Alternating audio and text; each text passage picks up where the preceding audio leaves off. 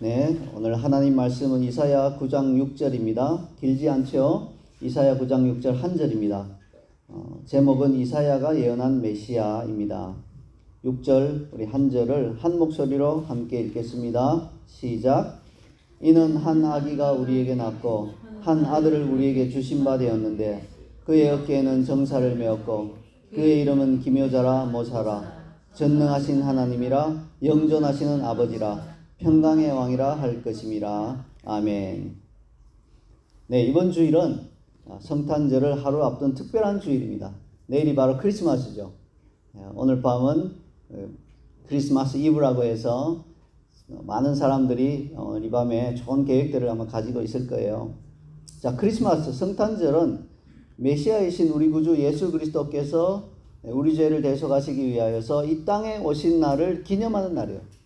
이 성탄절 이 날이 정확하게 이날 오셨다 이것은 우리가 알 길은 없지만 그래도 1년 가운데 그 하루를 가장 이 날일 것이다 라고 생각되는 그 날을 정해서 기념하는 것입니다. 자, 예수 그리스도께서는 이 땅에 오실 것이 태어나기 전부터 이미 예언이 되어 있었어요. 구약 성경 곳곳에 예수님이 어디에서 나실 것인지, 어떤 분이 되실 것인지, 어떤 죽음을 죽으실 것인지, 그분의 사역은 어떠할 것인지 이런 것들이 많이 예언되어 있습니다.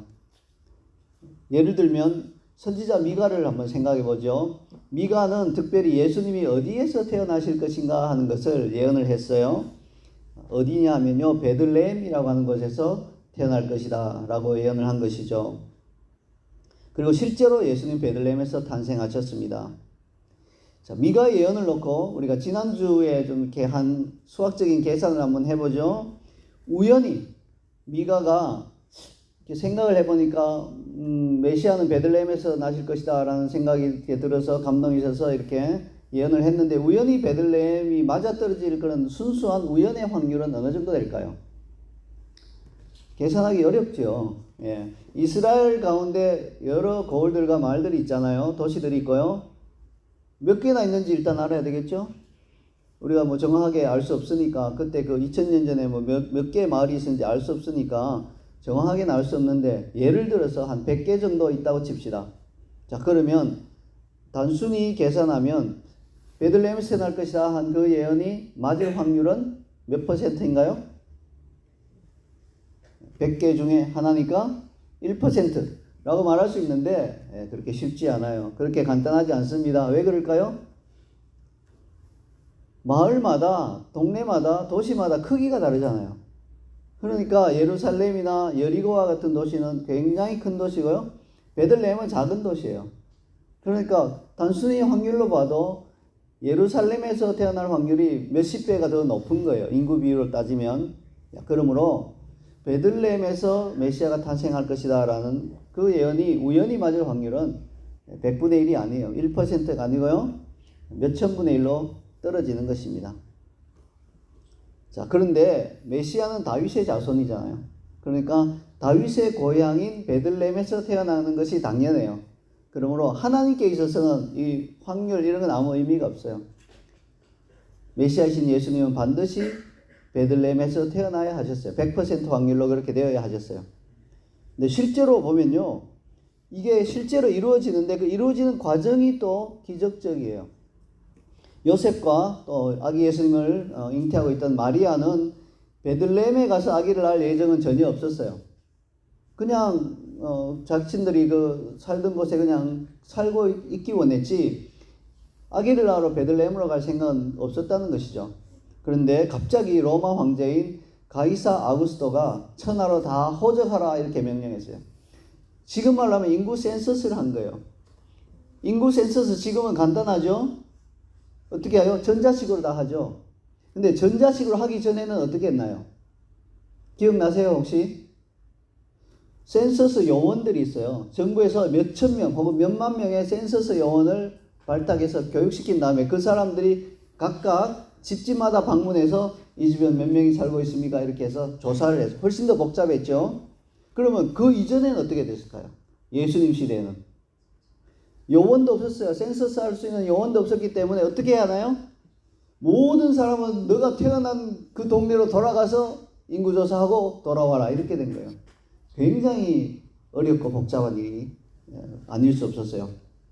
그래서 어쩔 수 없이 요셉과 마리아는 황제가 명령했기 때문에 원하지 않았지만 베들레헴으로 돌아갔어요. 그곳이 고향 동네였거든요. 거기서 아기 예수님을 낳았어요. 그러니까 그렇게 함으로 말미암아 그 메시아에 대한 미가의 예언이 이루어진 거죠. 굉장히 놀라운 기적적인 사건입니다.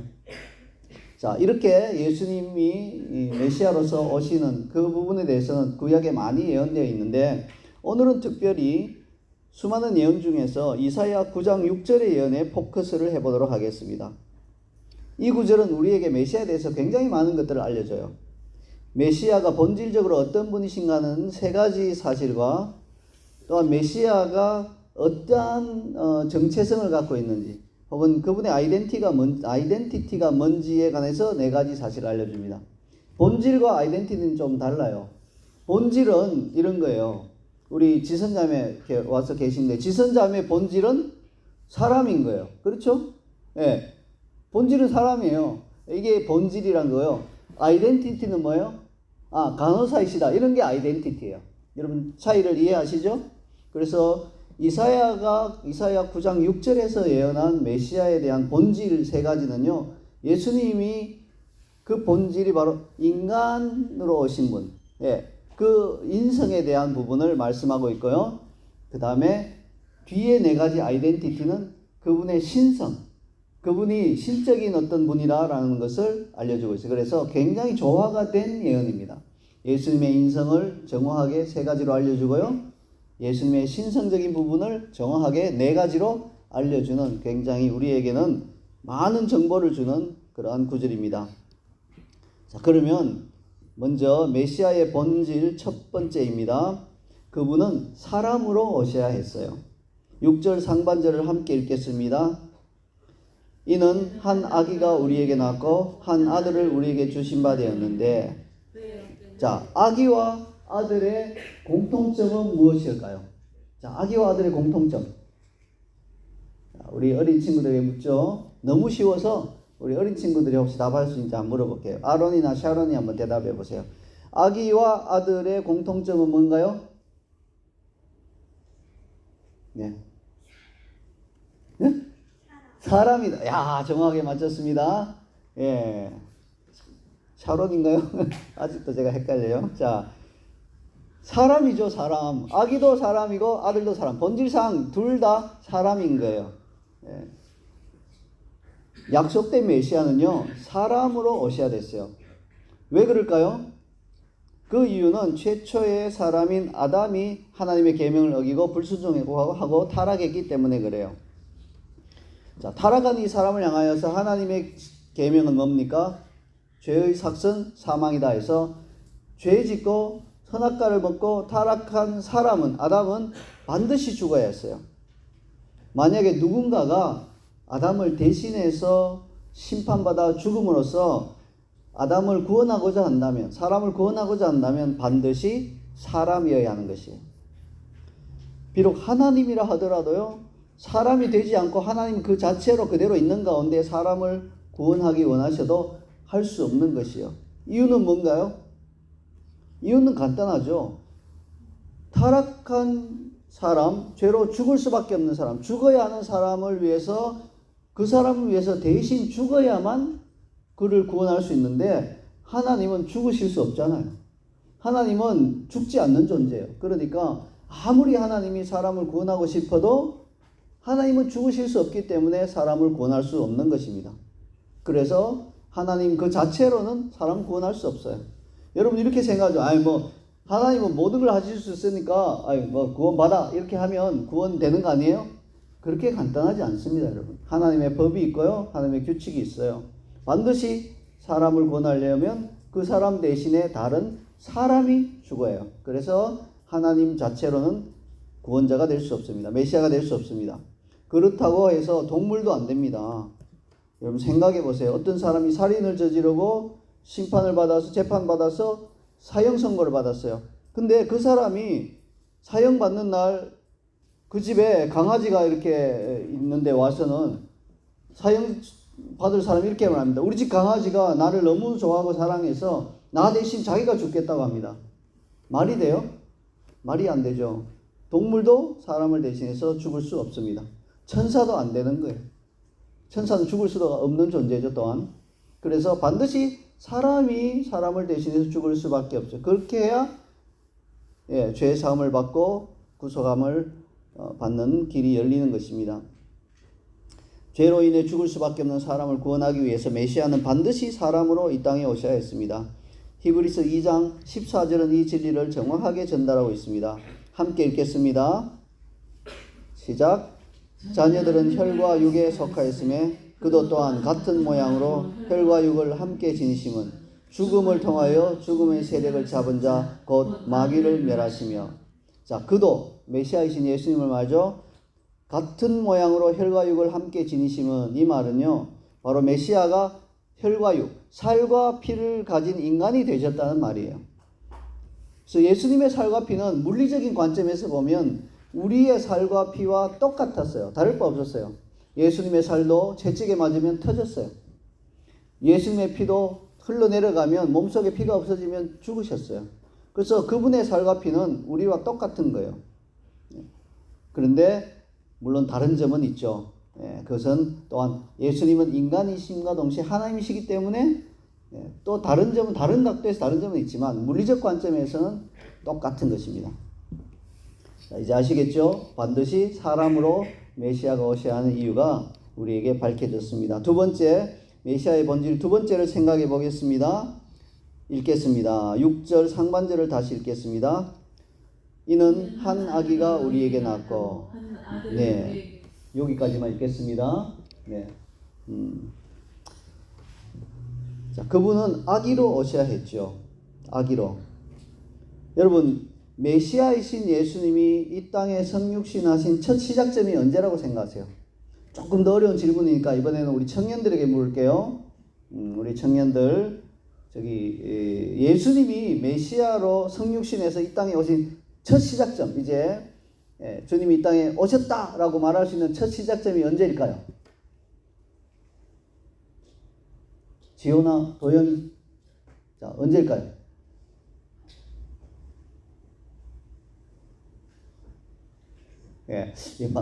너무 쉬워서, 그죠? 딱 말할 것 같은데 뭔가 함정이 있는 것 같아요.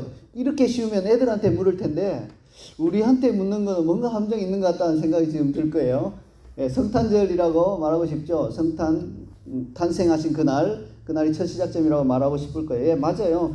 그것이 첫 시작점이라고 말할 수 있어요. 그러나 초대교회 아버지들은 조금 다른 각도로 봤어요.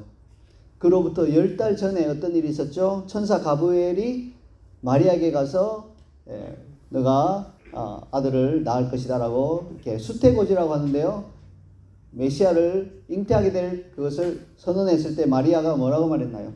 주의 여종이오니 말씀대로 내게 이루어지이다, 이렇게 말을 할 때, 믿음으로 받을 때 그때 성령으로 잉태가 됐어요. 그래서 초대교회 아버지들은요, 예수님께서 마리아의 태에 잉태된 그때를 성육신의 첫 시작점으로 보고 있습니다. 이것 역시 굉장히 설득력이 있죠. 우리 한국 사람들은 더욱더 이것을 이해할 겁니다. 그렇죠. 한국 사람들은 나이를 어머니 뱃속에서부터 치잖아요.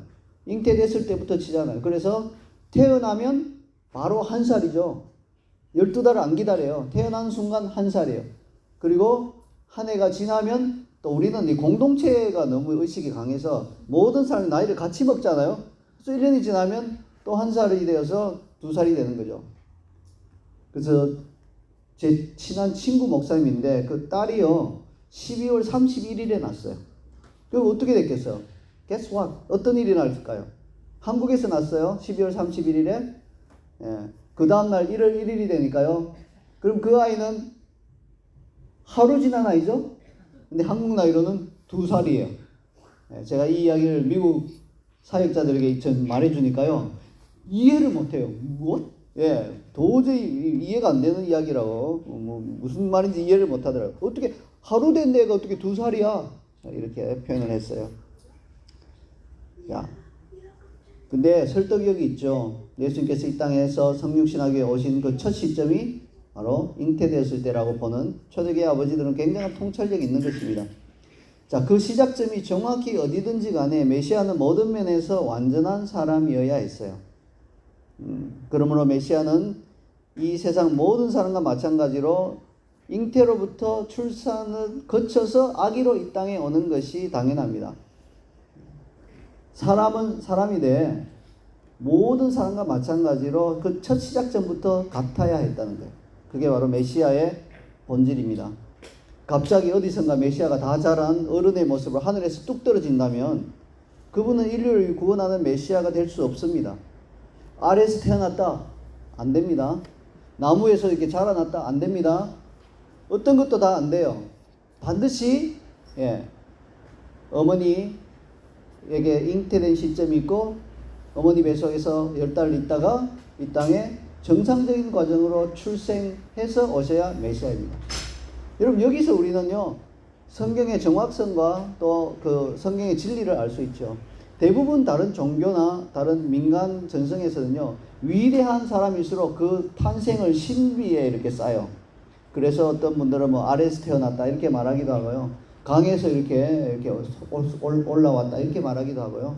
저 하늘에서 이렇게 내려오셨다 이렇게 말하기도 해요. 그러나 우리의 메시아는 다릅니다. 우리랑 똑같이 잉태된 그 상태로 어머니 뱃속에 있다가 출생해서 오셨습니다. 메시아이신 예수님께서 아기의 형태로부터 이 땅에서 성장하여 메시아의 사명을 감당하신 데서 오는 유익이 있어요. 우리에게 주시는 유익이 있다는 것입니다. 만약에 예수님께서 다 자란 어른의 모습으로 갑자기 나타나셨다면, 하늘에서 내려오셨다면 이러면 안 되는데요. 만약에 그랬다면 어린아이들이나 청소년들은 이렇게 말할 수 있겠죠. 예수님은 어린아기나 청소년이었던 시절이 없으니까 우리를 이해하지 못하셔. 그렇게 말할 수도 있었을 겁니다. 그러나 예수님이 우리의 완전한 구속을 위해 아기의 모습으로 이 땅에 성장하여서 메시아의 사명을 감당했기 때문에 어린아이들과 청소년들 역시 그렇게 말할 수 없어요. 다 그 시기를 다 거치셨어요. 예수님도. 우리는 몇 살이든지 간에 예수님의 모습을 보면서 우리 역시 예수님의 본을 따를 수 있습니다. 자, 예를 들어 볼까요? 예수님이 12살 때였던 사건을 기억할 겁니다. 6월절을 맞이해서 예수님의 부모는 어린 예수님을 데리고 예루살렘으로 가서 성전에서 제사를 드리고 그런 다음에 고향으로 돌아갈 때 하루길 정도를 갔어요. 근데 보니까 예수님이 동행 중에 없는 거예요. 함께 가는 줄 알고 있었는데 안 보이는 거예요. 그래서 어떻게 했겠습니까? 부모님이 마리아와 요셉이 근심하면서 찾아서 다시 예루살렘으로 거꾸로 거슬러서 찾으러 갔다고 합니다. 그 마음이 얼마나 근심됐겠어요. 어린 12살 아이가 없어졌어요. 굉장히 근심이 있었을 거예요. 아이가 없어지면 부모에게 그만큼 충격이, 정말 큰 충격이에요. 부모에게는. 아이가 갑자기 없어지면요. 막 찾으러 갔어요. 사흘 후에 예루살렘 성전에서 예수님을 찾았습니다. 감사하죠. 참 다행입니다. 사흘 동안 얼마나 마음을 졸였을까요? 특히 밤이 되면 이 밤에 지금 어디 있을까 하는 그런 마음이 막 녹았을 거예요. 그때 예수님은 뭘 하고 계셨나요? 선생들 중에 앉아서 듣기도 하시고 또 묻기도 하고 계셨습니다. 예수님을 발견한 어머니 마리아는요, 다소 꾸중을 하는 듯한 목소리로 이렇게 말했습니다. 아이야, 어찌하여 우리에게 이렇게 하였느냐? 보라, 내 아버지와 내가 근심하여 너를 찾았노라. 누가복음 2장 48절에 나오죠. 자, 만약에 이런 사건이 평범한 가정에서 일어났다면 어떻게 되었을까요? 아마도요, 막 엄마 아빠는 막 발견하는 순간 이제 그 근심이 분노로 바뀌는 거예요. 그래서 막 고함 지르고요, 막 하고 고함 지르고 막 그랬을 거예요. 주변 사람들이 다 쳐다봤을 거예요. 아이는 어때야 되나요? 막 아이는 막 뭐 어찌할지 몰라서 막 그냥 손이 막 발이대로 막 빌었을 것 같아요. 선생님 죄송해요 하고 막 빌었을 것 같아요. 그죠? 그게 평범한 가정이죠. 그래도 마리아는 굉장히 점잖죠. 굉장히 절제합니다. 아이를 심하게 야단치지 않는 것이 참 절제를 잘하는 것 같아요. 그런데 예수님의 대답은 뜻밖의 너무 차분해요. 어찌하여 나를 찾으셨나이까? 내가 내 아버지 집에 있어야 될 줄을 알지 못하셨나이까? 여러분, 이 대답에 대해서 어떻게 생각하세요? 저도요, 전에는 예수님께서 근심해서 사흘이나 이렇게 찾아다니다 겨우 만나서 좀 그렇게 섭섭한 소리를 하는 것을 이렇게 듣고 좀 무례하게 답한 게 아닌가 이런 생각을 했어요. 그러나 잘 생각해 보세요. 예루살렘에서 출발할 때 아이가 동행 중에 있는지 확실하게 챙기는 것은 누가 해야 할 일이죠? 엄마 아빠가 해야 할 일이에요. 부모님이 해야 할 일이에요. 그러므로 1차적인 책임은 예수님의 부모에게 있는 게 맞아요. 그러므로 예수님께서 차분하게 대답하신 것은요, 부모로부터 전달되어 오는 잘못된 정죄감과 수치심을 거절하는 지혜로운 대답입니다. 예수님이 뭐 무례하고 그런 게 아니에요. 막 함부로 부모님께 대들고 이런 게 아니었다는 거예요. 실제로 바로 이어지는 구절을 보면 예수님께 대한 부모님께 대한 예수님의 태도를 이렇게 표현하고 있어요. 예수께서 함께 내려가사 나사렛에 이르러 순종하여 받드시더라. 평소에 예수님은 다 순종하고 시키는 일 잘 하고요. 잘 부모님을 잘 받들었다고 말해요. 그러나 이때만은 잘못된 정죄감 혹은 잘못된 수치심이 부모로부터 전달되어 오는 것을 거절한 거예요. 그래서 부모에게 무례한 게 아니라 나는 잘못된 정죄감과 수치심은 받지 않겠습니다. 죄송합니다 하는 굉장히 공손한 표현이에요. 네. 자, 이것을 우리가 이해를 해야 합니다. 이처럼 예수님은 부모님을 공경하고 부모님 말씀에 순종했지만 부모님으로부터 오는 잘못된 정죄감과 수치심 등은 지혜롭게 거절할 줄 알았어요. 오늘날 대부분의 가정은 이런 영역에서 엉망진창의 모습을 보여줍니다. 부모는요, 자기 마음대로 자기 기준으로 아이에게 야단을 쳐요. 또 아이는 잘못해놓고도 뭐 부모님께 막 반항을 해요. 설령 아이는 잘못한 것이 없더라도 부모님께 야단 맞으면 일단 그것으로 인해서 주눅이 들고 위축되고 해서 잘못된 정죄감과 수치심을 끌어안을 수 있습니다. 그러나 예수님은 그렇게 하지 않으셨다는 거죠. 이 예수님의 어린 시절은 우리 가정에 이런 빛을 비춰 주실 수 있습니다. 그래서 예수님은 아기와 청소년 때부터 우리가 따를 본이 될 수 있는 것입니다. 이제 메시아의 본질 세 번째를 생각해 보겠습니다. 그분은 아들, 다시 말해서 남자로 오셔야 했습니다. 6절 중반절을 함께 읽겠습니다. 시작. 한 아들을 우리에게 주신 바 되었는데, 제가 이걸 다 안 고쳐서 좀 그러네요. 자, 한 아들을 우리에게 주신 바 되었는데, 여기만 읽으시면 돼요. 메시아는 왜 여자가 아니라 남자로 오셔야 했을까요? 자, 다니엘 물어볼게요. 메시아는 왜 여자가 아니라 남자로 오셔야 했을까요? 사람으로 오셔야 한다면 여자로 올 수도 있잖아요. 근데 왜 남자로 오셨을까요? 뭐 확률은 50%니까 막 그냥 이렇게 보내셨는데 보니까 남자다 이런 건 아니죠. 그건 아닐 테고, 이 중요한 일에 하나님이 뭐 그냥 적당히 보내시진 않았을 거고. 왜 남자로 오셨을까요? 아마 다니엘은 이렇게 대답할 수도 있겠죠. 십자가에 죽는 것 같은 힘든 일은 남자가 해야 하니까 남자로 오셨겠지요. 생각이 깊은 대답이긴 하지만 그보다 훨씬 더 중요한 이유가 있습니다. 그것을 이렇게 표현하면 아주 어려운 표현인데 한번 들어보세요. 대표성의 원리라는 거예요. 대표성의 원리라고 하는 것은 어떤 집단 전체에 영향을 끼치는 결정이나 행위는 그 집단을 대표하는 사람이 해야 한다는 것이에요. 자, 이 대표성의 원리는요, 우리 일상 가운데 많이 있어요. 자, 가족이 맥도날드에 갔어요. 눈이 먼저 떠있죠, 맥도날드. 예. 그리고 이제 온 가족에 주문을 해야 돼요. 그럼 누가 가서 주문할까요? 예. 누가 가서 주문해? 예. 요즘은요, 아이들이 가서 주문해야 돼요. 이거 어른이 가면, 저도 어른인데 가서 뭘 주문해야 될지 잘 모르겠어요. 뭘 이렇게 썬데 이런 데는 뭘 섞어서 두 가지 플레이버를 섞고 못해요 저는. 근데 아이들이 가면 탁 잘하죠. 그래서 아이가 가서 우리 가족 5명 짝짝짝 주문할 때 카운터에 있는 직원이 이렇게 말할까요? 너 아이잖아. 아빠 오시라 그래. 아빠가 주문하라 그래. 그런 일 없죠. 이건 뭐 간단한 일이고 그냥 가족이 맥도날드 먹는 일이니까 그냥 아이가 가서 주문해도 돈만 제대로 지불하면 순순히 내어줍니다. 그런데 중요한 일일수록 대표성의 원리가 적용이 되는 겁니다. 그 집단의 대표가 와서 해야지 그게 인정이 된다는 것이에요. 예를 들자면 이래요. 각자 왕이 다스리고 있고 서로 이웃하고 있는 두 나라가 있다고 합시다. 어느 날 이 두 나라 사이에 문제가 생겨서 전쟁이 벌어졌어요. 그래서 전쟁이 끝나고 나니까 한 나라가 이겼고요. 다른 한 나라는 졌어요. 전쟁에서 진 나라는 대부분 이제 배상금을 물어줘야 됩니다. 그렇잖아요. 전쟁에서 졌기 때문에 잘못했습니다라고 물어줘야 되는, 땅을 떼어주기도 하고요. 보물을 갖다 바쳐야 되기도 하고요. 때로는 사람이 잡혀가기도 하는 것입니다. 조건이 있고요. 조약을 맺어요. 이러이러하게 배상하겠습니다 하고 조약을 맺는데요. 자, 두 나라 대표가 이 조약을 위해서 한 자리에 모였습니다. 이긴 나라의 왕이 조약을 읽어보고 마음에 드는군 하고 서명을 하고 진 나라 대표 역시 서명을 하도록 이렇게 그것을 이웃 나라 대표에게 건네주었는데 가만히 보니까 진 나라의 대표는 왕이 아니에요. 시골에서 온 가난한 농부예요. 마치 지금 밭을 갈다가 온 것처럼 막 헐투성이의 옷을 입고 와서 제가 사인하겠습니다 하고 앉아있는 거예요. 이게 말이 됩니까? 전쟁에서 이긴 나라 왕이 그 가난한 시골 농부에게 사인하고 하게 하고 그것을 되었어 하고 가져갈까요? 아니죠. 야, 너네 나라 왕이 어디 있어? 이렇게 물을 거예요. 왕이 와서 사인을 해야 하는 것입니다. 하나님께서는 남자로 하여금 인류를 대표하게 하셨습니다. 저한테 왜 그랬냐고 묻지 마세요. 여자분들 억울하면 나중에 하나님 만나서 하나님 왜 그러셨어요? 하고 여쭤보세요. 근데 여러분, 대표라는 것이 뭐 마냥 좋은 게 아니에요. 무거운 짐도 다 지는 거예요. 사실 보세요. 누가 제일 먼저 선악과를 먹었나요? 인류 가운데 가장 먼저 선악과를 먹은 사람은 누구인가요? 남자인가요? 여자인가요?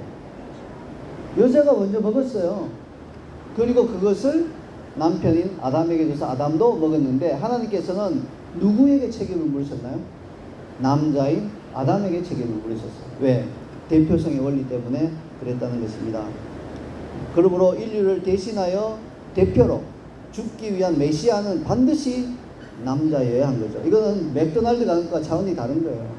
이건 반드시 남자로 오셔야 됐다는 겁니다. 이것이 바로 대표성의 원리입니다. 자, 이제 이어서 메시아의 아이덴티티 첫 번째를 보겠습니다. 신성에 관한 것으로 이제 넘어갑니다. 지금까지는 예수님은 인간이셨다. 아기로 자라나서 성장하셨다. 그리고 남자이셨다. 이 부분을 이제 우리가 배워보았고요. 이제는 예수님의 신성으로 넘어갑니다. 첫 번째 아이덴티티 보겠습니다. 6절 중반절을 읽겠습니다. 시작.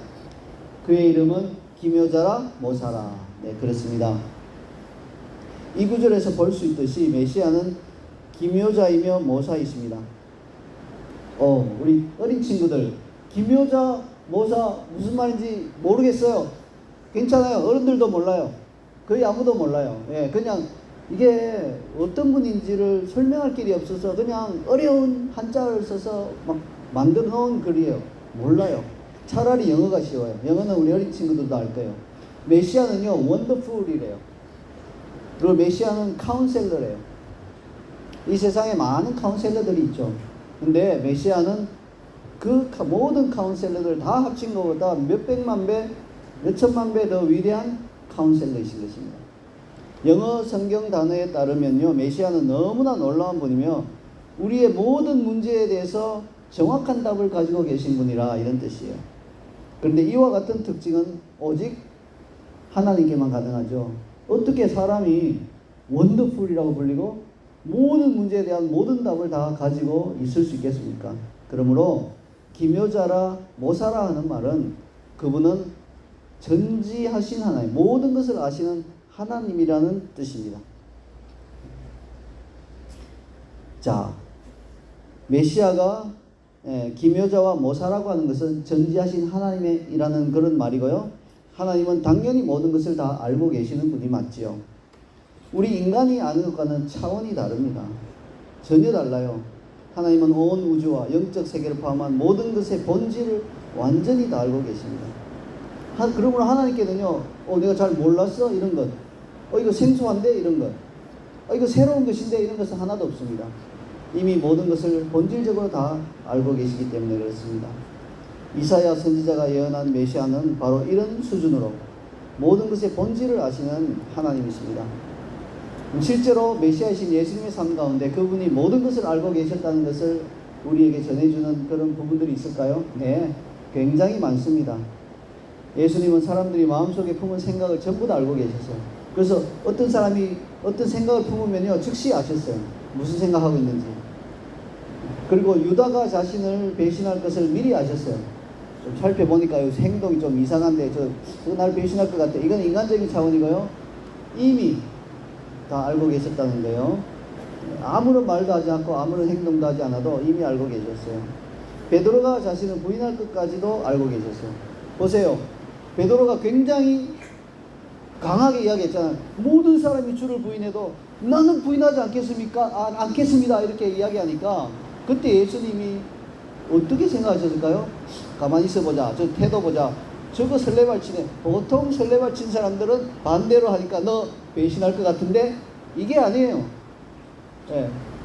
닭이 2번 울기 전에 내가 3번 나를 부인하리라. 정확한 상황을 다 알고 미리 예언을 하시는 거예요. 그렇게 예언하시는 이유는 뭡니까? 예언하시는 이유는 뭐죠? 너 죽었으면 너 배신할 거야. 뭐 배신할 놈이 그렇게 이게 아니라 너가 배신하는 그 순간이 슬프게도 오겠지만 너가 배신한 그 순간에 닭이 울 때 기억하라. 내가 메시아인 것을. 나에게 다시 돌이키면 된다. 그러면 내가 용서해 줄 것이다. 그래서 실제로 베드로가 배신하던 그 순간에 닭이 2번 울었어요. 3번째 딱 부인하자 닭이 꺾여 하고 2번 울은 거예요. 그러니까 베드로가 깨달은 거죠.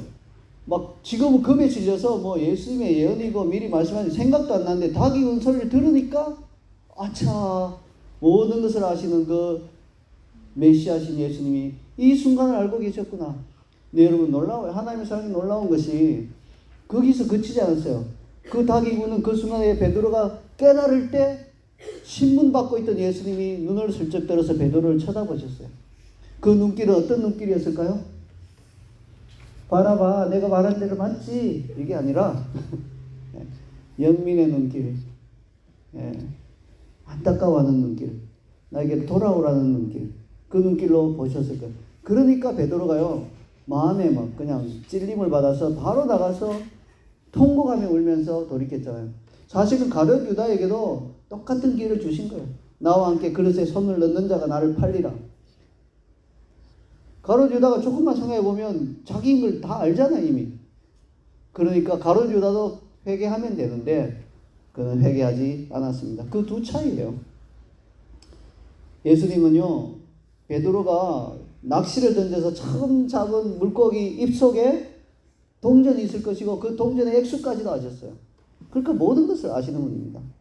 지금 이 순간에도 우리의 모든 생각을 아시고요. 심지어 우리 머리털의 개수까지도 다 알고 계세요. 머리털이 몇 개나 있을까요? 사람마다 조금씩 다르지만 한 10만 개라고 합니다. 지금 말하는 순간에도 이렇게 한 개가 떨어지잖아요. 그것도 다 알고 계세요. 예. 모르는 게 없는 하나님이신 것입니다. 그것이 바로 메시아의 아이덴티티입니다. 두 번째, 메시아의 아이덴티티 두 번째를 보겠습니다. 6절 중반절을 다시 읽겠습니다. 제가 읽을게요. 전능하신 하나님이시라. 이 구절을 통해서 우리는 메시아가 전능하신 분인 걸 알 수 있습니다. 전능하다는 것은 자기가 원하는 모든 걸 할 수 있다는 뜻이에요. 이러한 속성 역시 하나님께만 있는 거죠. 그러므로 이사야 선지자는 약속된 메시아는 하나님이신 것을 다시금 강조하고 있습니다. 전능하다는 말은요, 원하는 대로 다 할 수 있다는 거예요. 예. 지금 당장 이 자리가 맥도날드 매장으로 바뀔지다 하면 싹 바뀌어버린 거예요. 예. 그게 바로 전능한 거예요. 예. 모든 사람이 지금 다 집으로 가서 책상 앞에 앉아있을지어다 싹 그렇게 되는 거예요. 그게 바로 전능한 거예요. 지구가 멸망할지어다 그대로 되는 거예요. 전능한 거예요. 그런데 여러분 이 전능하신 능력이 예수님께 있었을까요? 예수님이 공생애 때 이렇게 보면요 막 전능하신 그 능력을 다 사용한 것 같지 않죠? 예, 이유가 있어요. 그분은요 자기가 해야 될 그 테두리 안에서만 사용한 거예요. 우리 사람도 그렇잖아요. 힘이 세다고 내가 막 모든 걸 다 하진 않잖아요. 내 힘 세니까 이 자동차를 뒤집어 놓고 가야지 이러지 않잖아요. 진짜 힘센 사람들은요 조그만 자동차는요 뒤집을 수 있어요. 혼다 오디세이는 안 돼. 그러나 기아 모닝 이런 거는요 뒤집을 수 있어요. 진짜 힘센 사람. 그러나 그런 사람이 그 심심하다고 저 차 왠지 뒤집고 싶어 한다고 뒤집지 않잖아요. 사람은요 자기가 원하는 모든 걸 할 수 있으면요 이 세상은 엉망진창이 되어버릴 겁니다. 그러나 예수님은 그러지 않으셨어요. 딱 그분이 꼭 써야 할 때만 그 전능하신 파워, 능력을 사용하셨습니다. 메시아신 예수님의 사역을 보면요 그분의 전능하심을 충분히 볼 수 있어요. 말씀 한마디로 폭풍을 잠잠하게 하셨습니다. 귀신을 쫓아내셨고요. 병든 자를 치유하셨어요. 죽은 자를 살리셨어요. 아주 작은 양의 음식으로 5,000명이 먹고도 남을 만큼 먹이기도 하셨습니다. 물 위를 걷기도 하셨습니다. 이 모든 것은 전능하신 하나님만이 하실 수 있는 일이죠. 이보다 더 큰 일도 다 하실 수 있으세요. 물 위뿐만 아니라 하늘을 나르실 수도 있으세요. 그러나 제자들과 우리를 위해서 꼭 필요한 만큼만 전능하신 부분을 보여주신 거예요. 이 외에도 모든 것을 다 하실 수 있다는 것을 충분히 증명을 하신 것입니다. 다시 말씀드리지만 사람에게 이런 전능함이 주어지면 이 세상은 완전히 망가져 버릴 거예요. 사람은 전능한 능력을 통제할 힘이 없어요. 사람이 자기 마음대로 그 능력을 사용하기 시작하면 모든 것이 망쳐질 것입니다. 그러나 하나님은요, 전능하시면서도 그 힘을 아무렇게나 사용하지 않으시고 온전히 통제할 수 있습니다. 이것이 하나님의 전능하심의 놀라운 면입니다. 자, 그 다음으로 메시아의 아이덴티티 세 번째를 보겠습니다. 6절 중반절 제가 다시 읽겠습니다. 영존하시는 아버지라. 영존하시다는 말은 시작도 없고 끝도 없다는 말이에요. 그리고 시작도 없고 끝도 없다는 말은 창조된 존재가 아니라는 말이죠. 이것 역시 하나님만이 가지고 계신 고유한 속성입니다. 하나님을 제외한 이 세상 모든 만물은 모두 창조되었기 때문에 그렇습니다. 따라서 약속된 메시아는 창조되지 않은 존재이며 그렇기 때문에 창조주 하나님이십니다. 이 세상에 존재하는 모든 것은요, 존재하기 시작한 때가 있어요. 광대한 우주마저 존재하기 시작한 때가 있다고 합니다. 과학자들은 그것을 빅뱅이라고 부르고요. 성경 창세기에서는 창조주 하나님께서 빛이 있으라 하실 때 시작되었다고 말씀합니다. 그러니 모든 것이 다 창조된 존재예요. 그러나 약속된 메시아는 존재하기 시작한 때가 없습니다. 그분은 창조주 하나님과 마찬가지로 시작도 끝도 없이 존재하는 분입니다. 복음서를 보면 예수님은 유대인들과 논쟁하는 가운데 이렇게 말씀하셨어요. 진실로 진실로 너희에게 이르노니 아브라함이 나기 전부터 내가 있느니라. 있었느니라도 아니에요. 있느니라. 히브리 시제로는 영원 전부터 영원 전후까지 있는 것을 보고 있느니라 이렇게 표현하는 거예요. 아브라함은 언제적 사람입니까? 예수님이 이 땅에 탄생하기 전에 무려 2000년 전 사람이요. 그러므로 예수님께서는 아브라함이 나기 전부터 내가 존재했다고 하시는 말씀을 통해서 당신이 영존하시는 아버지라는 그런 것을 말씀하고 있죠. 예수님은 이 진리가 정확한 사실이라는 것을 강조하기 위해서 진실로 진실로 아멘, 아멘이라고 하는 말을 2번이나 반복해서 사용하셨습니다.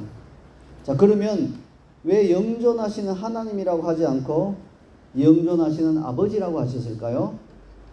이것은 삼위일체 하나님에 대한 구약의 언급이라 볼 수 있어요. 구약에서는 아직까지 삼위일체 하나님이 완전히 드러나지 않았거든요. 근데 이사야는요, 놀랍게도 삼위일체 하나님에 대한 계시까지도 어느 정도 받았던 것 같아요. 그래서 그는 약속된 메시아가 곧 하나님 아버지와 하나로 연합된 그런 존재인 것을 알고 있었던 거예요. 예수님께서도 나와 아버지는 하나이니라 그렇게 말씀하셨죠. 참으로 놀랍고 신비한 계시가 아닐 수 없어요. 이사야는 이것을까지도 내다본 것이에요. 마지막으로 메시아의 아이덴티티 네 번째를 보겠습니다. 6절 하반절을 읽겠습니다. 자, 제가 읽을게요. 평강의 왕이라 할 것임이라. 선지자 예사야가 약속된 메시아에 대해 예언한 마지막 부분은 그분의 신적인 속성 그 자체는 아니지만 하나님이신 메시아가 하실 주요한 사역에 대한 것이에요.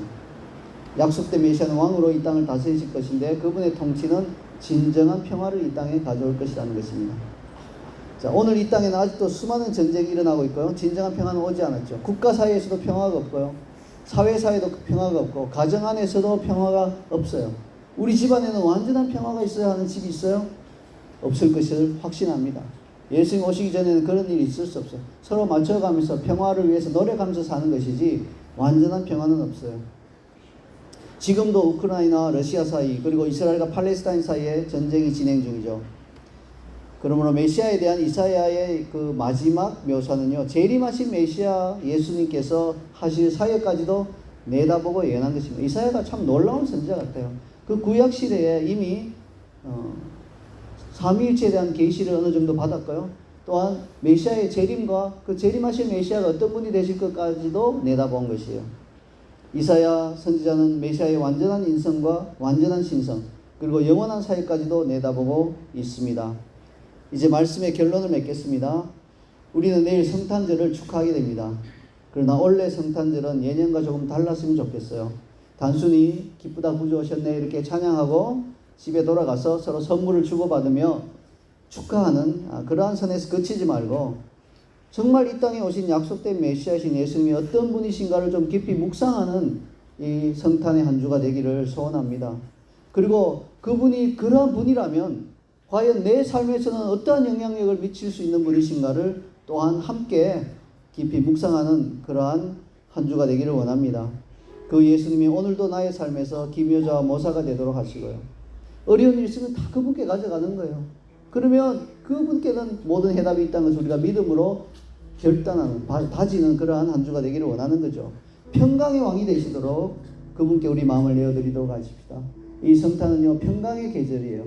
가족 간에 불화가 있거나 가족 간에 어려움이 있거나 마음이 불편한 것들이 있으면, 관계가 어려운 것들이 있으면 다 해결할 수 있는 기간이에요. 평강의 왕이신 메시아 예수 그리스도 그분을 의지하고 나아갈 때 이 성탄절에 주시는 특별한 분위기와 은혜가 있다는 거예요. 그러면 묶였던 관계들이 풀려지고요, 멀어졌던 마음들이 가까워지고 우리가 평강으로 하나 되는 그러한 역사가 이 시즌 가운데 있을 것입니다. 2000년 전 구유에 오신 그 아기 예수님이 오늘 우리가 이러한 것을 바라보며 그분의 구유로 나아갈 때 우리를 위해 그 일을, 메시아이시기 때문에, 하나님이시기 때문에, 또한 우리와 같은 인간이시기 때문에 우리를 이해하시고 그 일을 우리를 위해 이루어 주실 것입니다. 우리 이제 시작할 때 불렀던 당신은 영광의 왕 찬양을 부르며 우리의 이러한 결단을 주님께 올려드리도록 하십시다. 함께 일어서서 찬양하며 나아가도록 하겠습니다.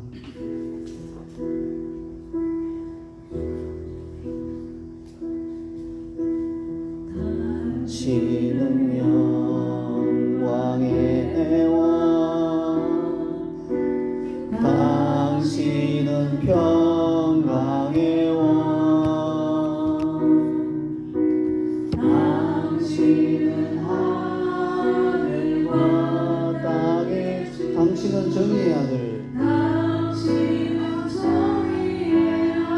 천사가 무릎 꿇고 예배하고 찬송하네. 무릎 꿇고 예배하고 영원하신 생명만, 그분은 바로 그리스도 주이십니다. 당신은 예수 그리스도 주. 호산나로 우리 높이 드립시다. 호산나가 위세자 손께 호산나, 호산나 불러 왕중의 왕. 높은 하늘의 영광을, 높은 하늘의 영광을 예수 주 메시아를.